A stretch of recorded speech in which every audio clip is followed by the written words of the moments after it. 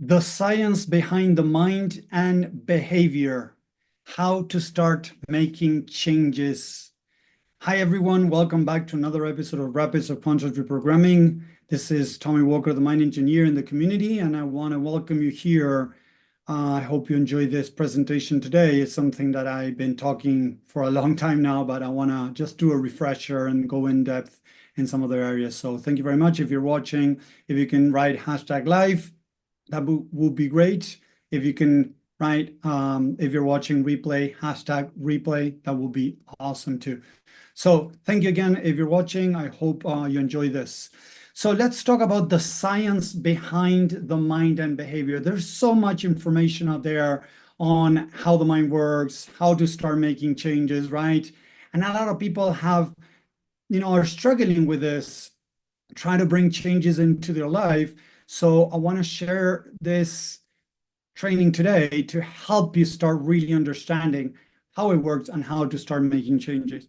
So first of all, like Bruce Lipton shares, right, we need to understand that from 0 to 7, 8 years old, Carl Jung and many others out there share this, we come to this world with a blank slate. And during that phase of our life, mostly we start incorporating beliefs around the environment, right? Around everything. It could be beliefs around money. It could be beliefs about what a man is, what a woman is, how to behave under different circumstances, under pressure. We start learning mostly from mom or dad, okay? So a lot of people out there many times hate when they're told like, oh, you're acting like your mom, or you're like your mom, you're like your dad, right? And it hits a chord because many times we've seen things that we didn't like as kids, but unfortunately, subconsciously, we could have internalized that and we could be manifesting some of it. So instead of fighting with different aspects of you that you might not enjoy so much, I want to invite you to start working on understanding. Hey, Chris, thank you very much for watching. I want to invite you to work on embracing whatever shows up.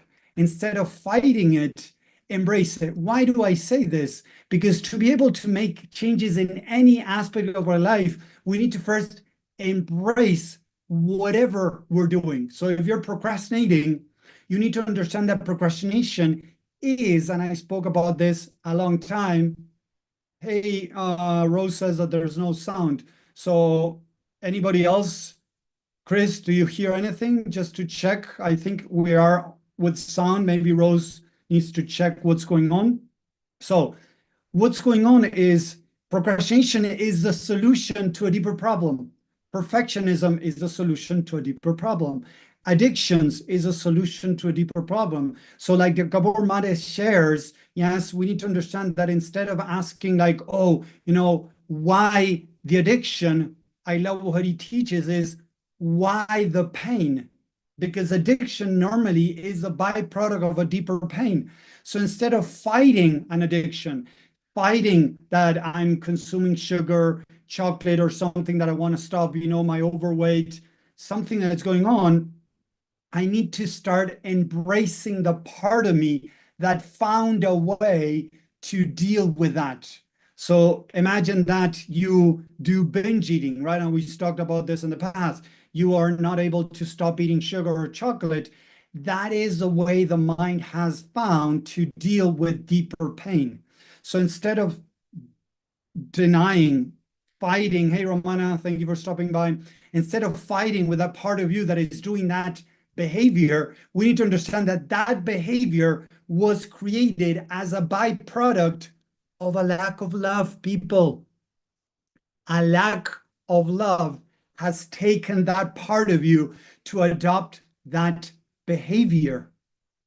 So when you fight with a part of you that adopted a behavior to try to numb the pain of the lack of love, what you're creating is a bigger lack of love. It means that you're creating more pain. So if by trying to get my kid to stop hitting his brother by slapping him, it's nonsense. If I want to teach my kid to not hit his brother when he feels frustrated, I don't need to go slap him to teach him to stop slapping, because it's not going to work. And I know it sounds crazy what I'm saying, but this is what most people do. Type a yes in the chat if this makes sense. Not you, Suzanne, that you're driving, please. But the rest out there, if you can, type a yes in the chat if it makes sense that slapping my kid to teach him to stop slapping is nonsense.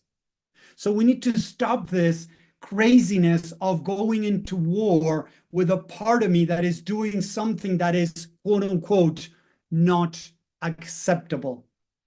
Whether it's getting really angry and hurting people with words, or with, even in extremes with violence, right? Saying nasty things to others when we feel upset, or, getting a panic attack or an anxiety attack when we're feeling upset, or whether it is eating, or it is, whatever it is that you're doing as a behavior, you need to understand that that is the solution to a deeper problem. It is not the problem. So again, this is how the mind works. And that's why I call this the science behind the mind and behavior. Because when people go into war with the different parts of them to try to stop them from doing what they think is wrong, like I think that it's wrong smoking, and I start beating myself up because I'm smoking, that is not the solution. Because again, as I said, smoking could be a way of numbing the pain of the lack of love within. A part of me is feeling a lack of love. And I keep talking about parts. Yes, we are made up of parts. And I know it sounds crazy, but it is true. And listen to this. How many times have you said, I'm going to go do this, and you didn't do it? Or you said, I'm going to stop doing this, and you didn't stop it? Type a 1 in the chat if it has happened to you that you said, hey, I'm going to go do this, and you didn't do it. Or you said, I'm not going to do this anymore, and you did it. Does that make sense that you have said something and went against it?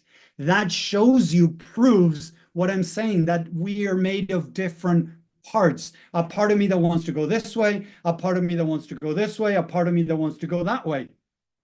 Different parts of us saying like, oh, we should do this. Oh, no, we shouldn't do that. We should do this instead. No, we shouldn't do anything. When we have these conversations inside of us, instead of fighting it, we need to embrace it. We need to understand that's part of the human nature. In psychology, that's called sub-personalities. Peterson, Jordan Peterson talks about this too. So we have these different parts of us that are pulling in different directions. So we want to align them all to pull in one direction to try to do what we really want to do, or what's best for us, what is best for our health. We need to start practicing this modality of loving and accepting every part of you, the part of you that's self-sabotaging, the part of you that is beating you up mentally or emotionally if you're doing something wrong, the part of you that is getting you stuck, the part of you that is procrastinating. All of those parts of us need to feel loved and acceptance. The more you fight against them, the stronger they become for most people. I've been studying the mind for 15 years. I've studied Tony Robbins, Mel Robbins, Edgar Tolle, Deepak Chopra, studies from Buddhism, Christianism. I've studied Margaret Paul, Gabor Mate, Van der Kolk. I've studied so many people out there in these 15 years, and I keep seeing the same patterns. I see people that are still trying to beat themselves up to make changes in their life and are not being able to. A very small percentage of people are able to make changes by beating themselves up.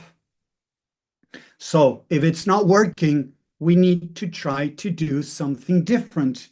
Like, Einstein said, if you want to see different results, you need to change what you're doing.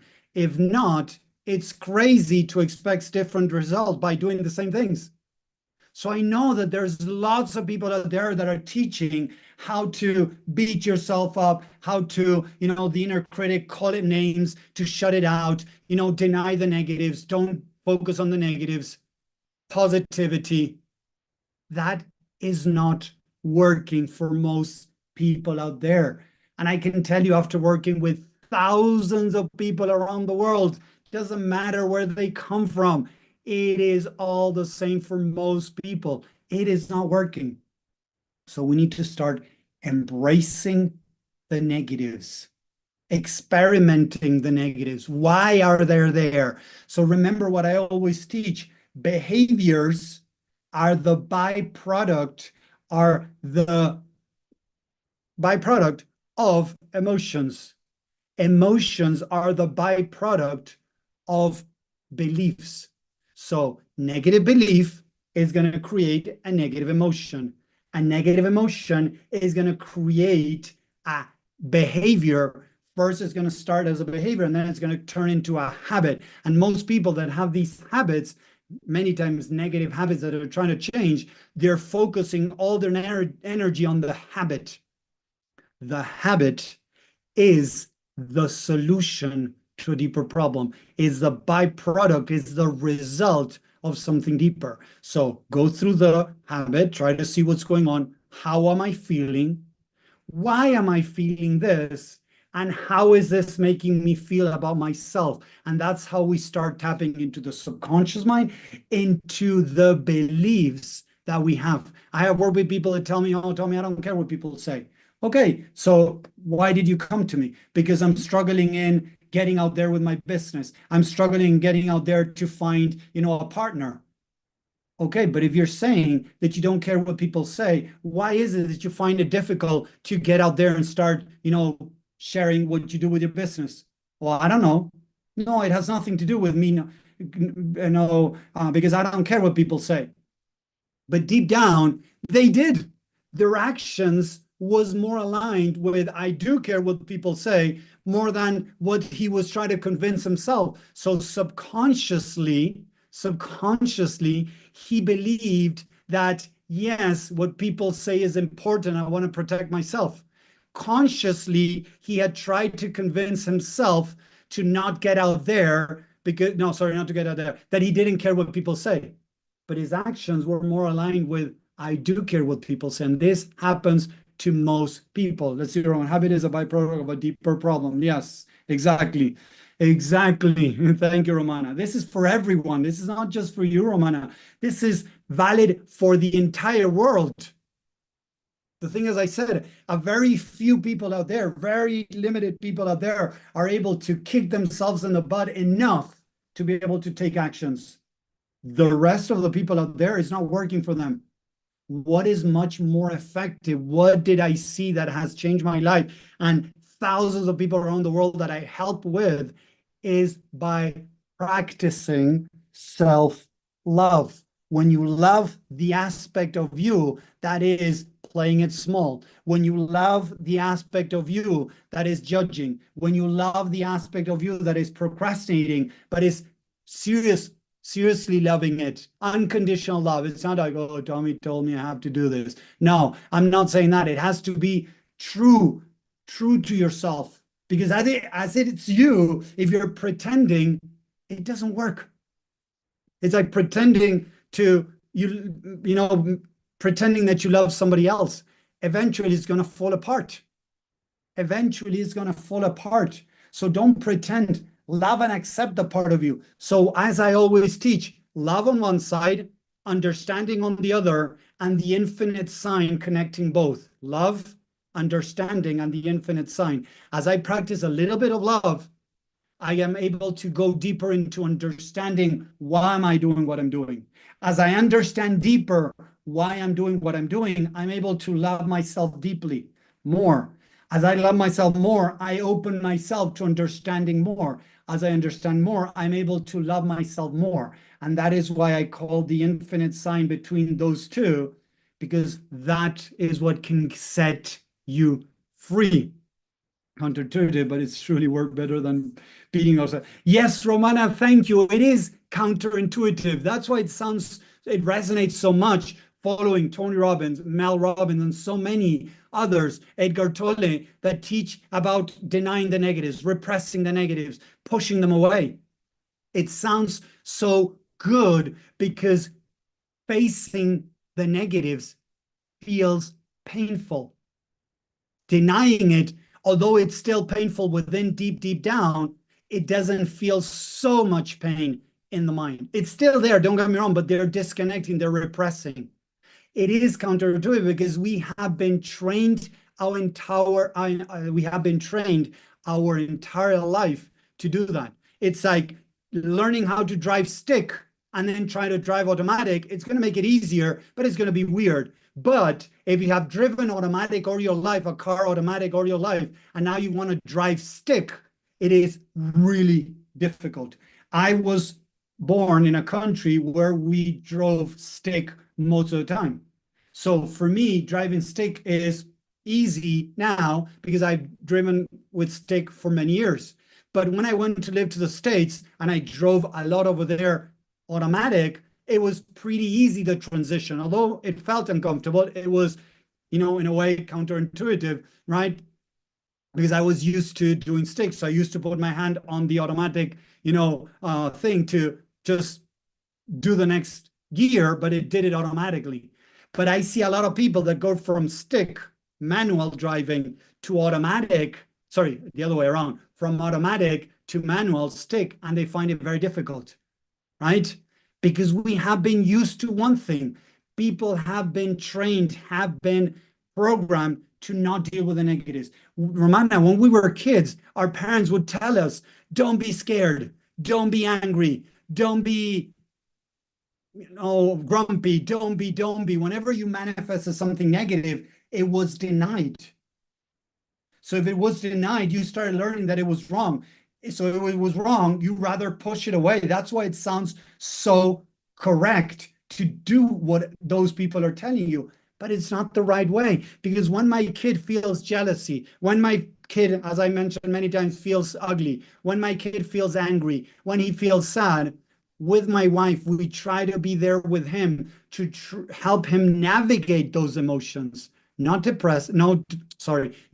repress them, not deny them, because it can eventually create depression, anxiety, and many other problems.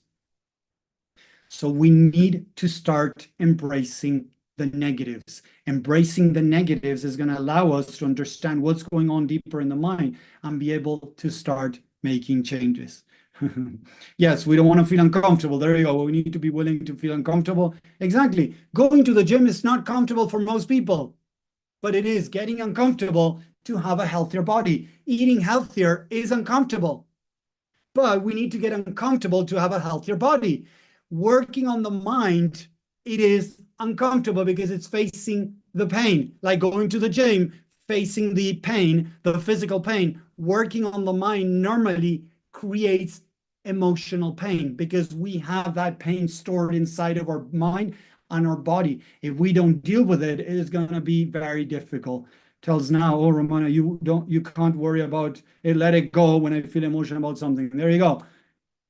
Most people have been trained like that, Romana. Hug your dad, love your dad because he's trying to help you, but he doesn't get that it doesn't work correctly.